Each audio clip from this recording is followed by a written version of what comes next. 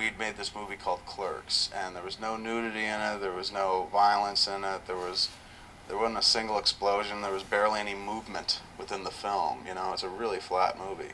But what there was a lot of colorful language, a lot of people speaking frankly, and not really so much in terms of what people would do to other people. You know, it wasn't like people, you know, talking about doing harm to one another. It was just guys sitting around talking about fucking.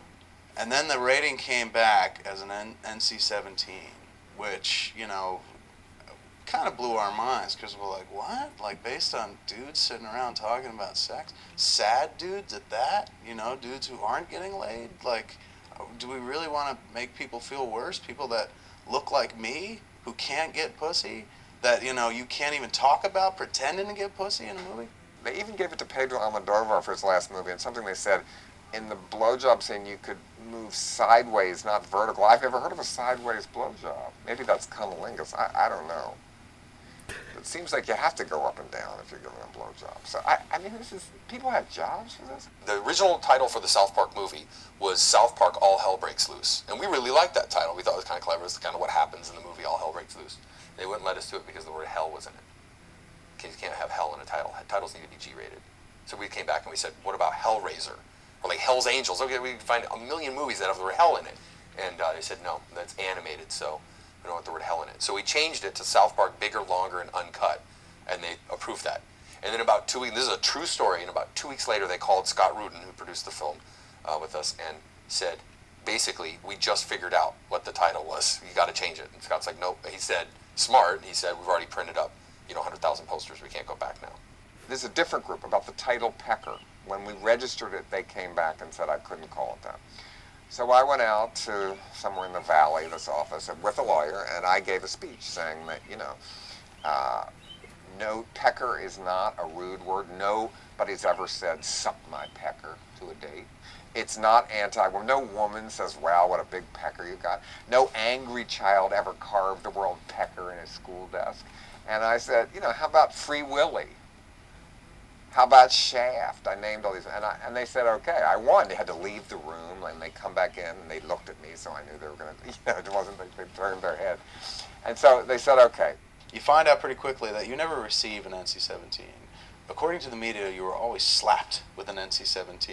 It's a very violent act, violent imagery. It's never something as simple as like the film received an NC-17 rating. It's just like Clerks, a Miramax film, was slapped with an NC-17 rating. I read that in print so many times. I was just like, God, my cheek should sting from the amount of times that I've read that we've been slapped with this NC-17. For instance, in the South Park movie, there's a German shit-eating video that the kids are watching on the internet, and that's like the dirty thing they got off the internet.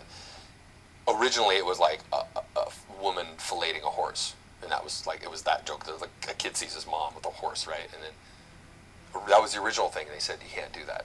And we didn't show it. I mean, it was all implied. I mean, it was like you saw the horse, you saw her, but you never saw the act. You can't do that. It's bestiality. Now, meanwhile, we have bestiality jokes on South Park like every other week. And it was like, nope, you can't do it. So, all right, so we changed this German Scheisse video. This is like a horribly depraved thing. That passed. What's more depraved, the shit-eating video or filleting a horse? But to the MPAA, the shit-eating one was less depraved. Well, in the Green Band Trail, there was a few things. Was it yodeling in the canyon? Or I think it was sneezing in the cabbage. I forget which one, but one of them, I think they just didn't know what it meant, basically. And I'm not saying that they should, But I think, yes, that and we got it pretty close where when doing the hokey pokey, almost picked up the bottle. Somebody threw the bottle, she caught it, and she started to go like this, and I thought, I was amazed how much we got by in the trailer. That's what I couldn't believe. Yeah, yodeling in the canyon. I thought, it didn't say a four-letter word. Since they don't tell you what the offending material is, you can wind up cutting shit that they're like, well, we didn't care about that, but, I'm glad it's gone. Now let's see if he finds it. It's like a fucking treasure hunt.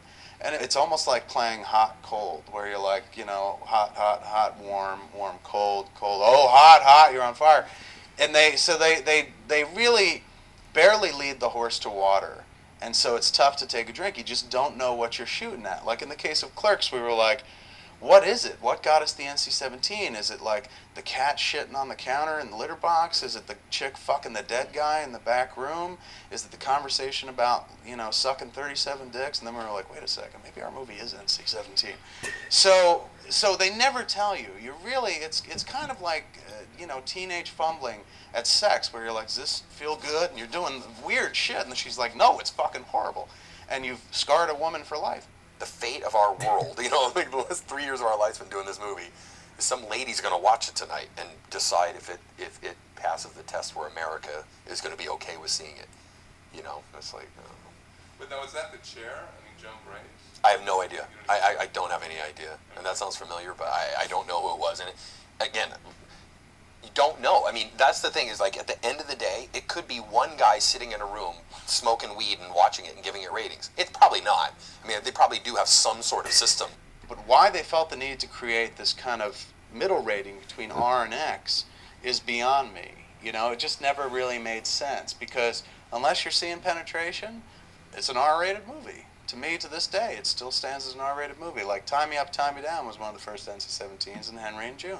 I didn't see any penetration in those movies. If I'm seeing some people miming sex, being on top of each other, boobs flying, asses in the air, whatever, even if you're seeing shots of genitalia, as long as there's no penetration, that to me is an R-rated movie. Hollywood would show Spread Eagle pink if they could. Everybody would.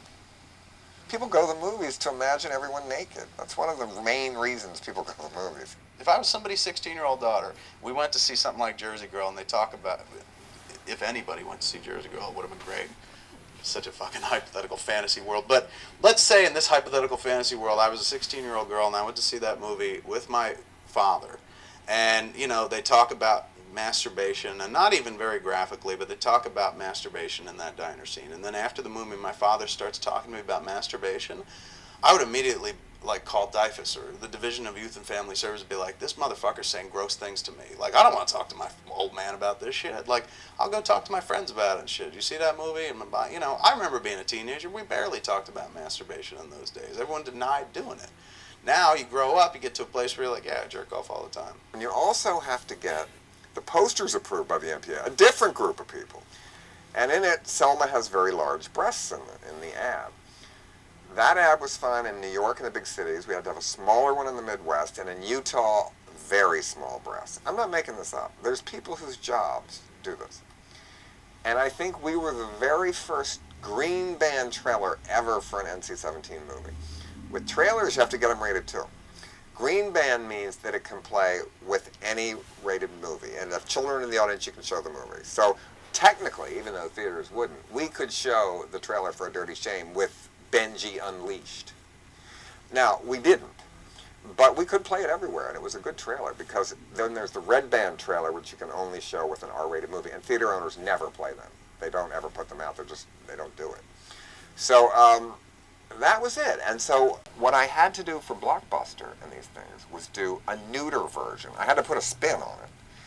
But what you have to do today for the bond companies and the cable sales when you make a movie, they give you this list in the beginning that has every single thing that you couldn't be on television. So we released it. It has to have a different title. So it just came out this week. A Dirty Shame, the NC-17 theatrical version, and A Dirty Shame, the neuter version, which is rated R. And they still, it passed the first time because there's nothing in it. It's the baby version. It's for if your entire family decided you wanted to have 8-year-old kids over for a birthday party and show them a movie about sex addicts. This is the film for your family. There's no reason. It's a bait and switch. It's to trick people in Walmart into buying this film. I heard of that. They don't know there's another one. It's for the most least discriminative, stupid shopper or insane collector.